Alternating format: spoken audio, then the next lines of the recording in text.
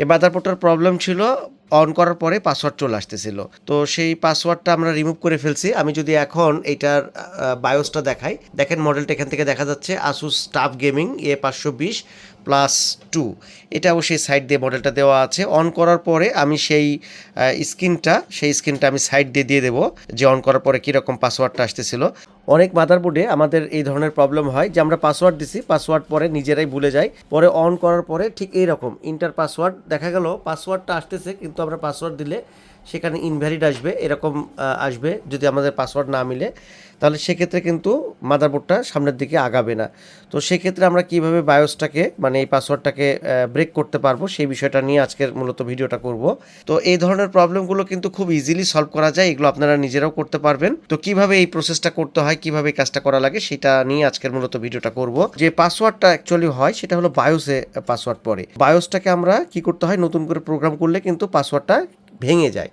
তো পাসওয়ার্ডটা ভাঙার জন্য নতুন করে বায়োসটাকে প্রোগ্রাম করতে হবে। আমরা মডেলটা আবারও দেখাচ্ছি এবং বায়োসে কিন্তু এন্ট্রি নিয়ে আসে, এখন কোনো রকম এরর নাই। অন করলে কিন্তু ওইটা যে এটা ফার্স্ট মানে বায়োস সেটা কিন্তু চলে আসবে। আমি মাদারবোর্ডটাকে অফ করলাম, অফ করে আমি আবারও অন করে আপনাদেরকে দেখাচ্ছি। তো এটার প্রসেসটা কীভাবে করতে হয় ডিটেলস প্রসেসটাই আপনাদের সাথে শেয়ার করব।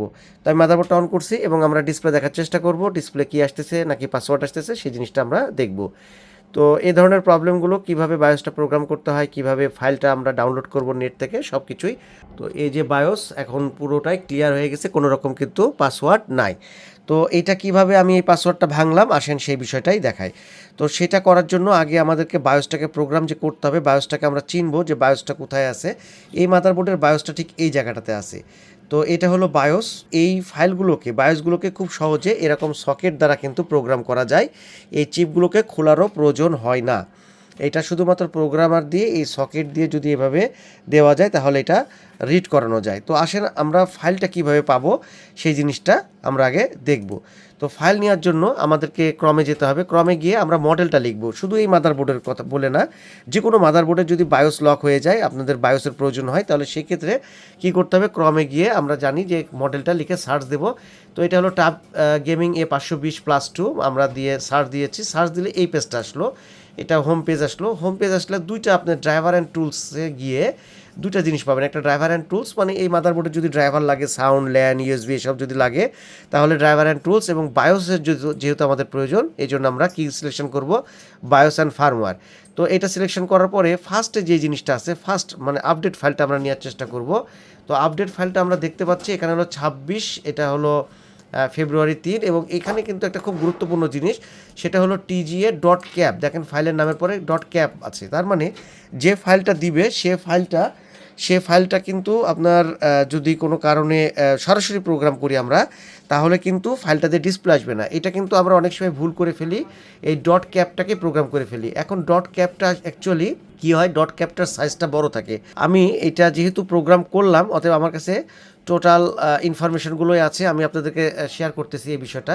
তো আমরা যে ফাইলটা ডাউনলোড করব, আমরা জাস্ট এখান থেকে আপডেট ফাইলে ডাউনলোড দেব, তখন সেক্ষেত্রে আমাদের কি আসবে, আমাদের এরকম একটা কম্প্রেসড করা ফাইল আসবে। এই যে এটা কম্প্রেসড করা একটা ফাইল আসবে, আমি একটু জুম করে দেখাই, এইরকম একটা কম্প্রেস করা ফাইল আসবে। এটাকে যখন আমরা আনজিপ করব তখন এটার মধ্যে যে ফাইলটা আসবে সেটা হলো .cap লেখা আছে, এবং এটার যদি আমরা প্রপার্টিসটা দেখি, প্রপার্টিসটা আমরা দেখেন এখানে লেখা আছে 16781.312 বাইট, ঠিক আছে।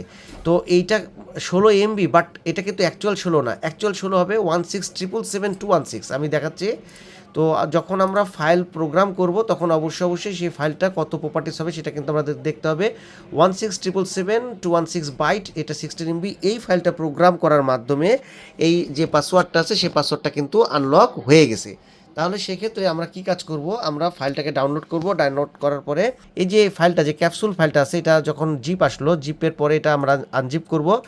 এরপরে যে ফাইলটা আসবে এটাকে আমরা খুব সহজে আমরা এখান থেকে দেখা দিচ্ছি, এই যে ইউএফআই টুলস আছে, এই টুলসের মধ্যে গিয়ে এই অ্যাপটিও ক্যাপসুল আসবে। এই অ্যাপটিও ক্যাপসুল থেকে এটাকে আমাদেরকে বের করে নিতে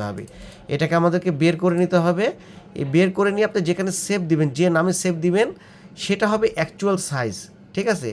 তো অ্যাকচুয়াল সাইজ হবে সেটা। এখন আমি বের করে নিয়েছি, আমি হচ্ছে এখান থেকে এই যে এটা +2, এই ফাইলটা হলো প্রোগ্রাম করছি। এই প্রোগ্রাম করার মাধ্যমে কি হয়েছে, এই পাসওয়ার্ডটা কিন্তু খুলে গেছে। এই ধরনের পাসওয়ার্ড লকগুলো খুব সহজে ইজিলি এগুলো কিন্তু সলভ করা যায়। আরেকটা জিনিস হচ্ছে খুব গুরুত্বপূর্ণ বিষয় যে আমরা অনেক সময় এই ফাইলগুলোকে চিপগুলোকে কি করে ফেলি, আমরা পাই যে অন্য চিপ লাগাই ফেলি। আমরা যখন চিপ প্রোগ্রাম করব তখন অবশ্যই চিপটা যত ভোল্টেজে সেই ভোল্টেজটা আমরা সিলেকশন করে দেবো। যেমন 1.8 চিপ যদি হয় 1.8 দেবো, 3.3 হলে 3.3 থাকবে, এটা অবশ্যই ডিফল্ট। তো 3.3 দিয়ে যদি চিপ প্রোগ্রাম করি অনেক সময় কিন্তু চিপ কী হতে পারে, নষ্ট হতে পারে। আমাদের এই চিপটা কত ভোল্টের আসেন আমরা একটু দেখে নিই। এটা হলো ভিসিসি পিন, 8 নম্বর পিনে আমরা দেখতে পাবো যে এটা কত ভোল্টের চিপ। আমরা মিটারে নিছি এবং আমরা যদি ভোল্টেজটা চেক করি যে কত ভোল্টের চিপ, এটা হলো 1.79 আসতেছে, মানে 1.78-এর একটু আলোতে প্রবলেম হয়তো হচ্ছে। তো এভাবে আমরা চিপটা কত ভোল্টেজ সেটা কিন্তু আমরা দেখে নেব। তাহলে সেক্ষেত্রে আমাদের কিন্তু যে প্রোগ্রাম করার সময় এটা সিলেকশন করতে খুব সুবিধা হবে। এটা হলো 1.8 ভোল্টের চিপ। তো সেটা সিলেকশন করে এই যে ফাইলটা যেটা আমরা ডাউনলোড করলাম, এই ডাউনলোডকৃত ফাইলটা যখন আমরা প্রোগ্রাম করব তখন কিন্তু আমাদের এই বায়োসটা মানে এই যে পাসওয়ার্ডটা সে পাসওয়ার্ডটা খুলে যাবে এবং একদম ক্লিয়ার হয়ে যাবে। তো এটাই করা হয়েছে, এই মাদারবোর্ডের মানে বায়োসটা প্রোগ্রাম এভাবে করা হয়েছে এবং এভাবেই লকটা ভাঙা হয়েছে। আপনাদেরও যদি মাদারবোর্ডের এই ধরনের প্রবলেম হয়, ঠিক বায়োসটাকে অফিসিয়াল সাইট থেকে জাস্ট মডেল দিয়ে সার্চ দিয়ে ডাউনলোড করে আপডেট ফাইল নেওয়ার চেষ্টা করবেন। যদি ক্যাপ ফাইল থাকে তাহলে ওটাকে খুলে নেবেন, আর না থাকলে তো নাই। ম্যাক্সিমামই হলো আপনার কি দেয়, একদম কমপ্লিট ফাইল দেয়, রেডি টু ফ্ল্যাশ দেয়। তো সেটা করে আপনারা প্রোগ্রাম করবেন, তাহলে এই ধরনের প্রবলেমগুলো খুব সহজে সলভ করতে পারবেন।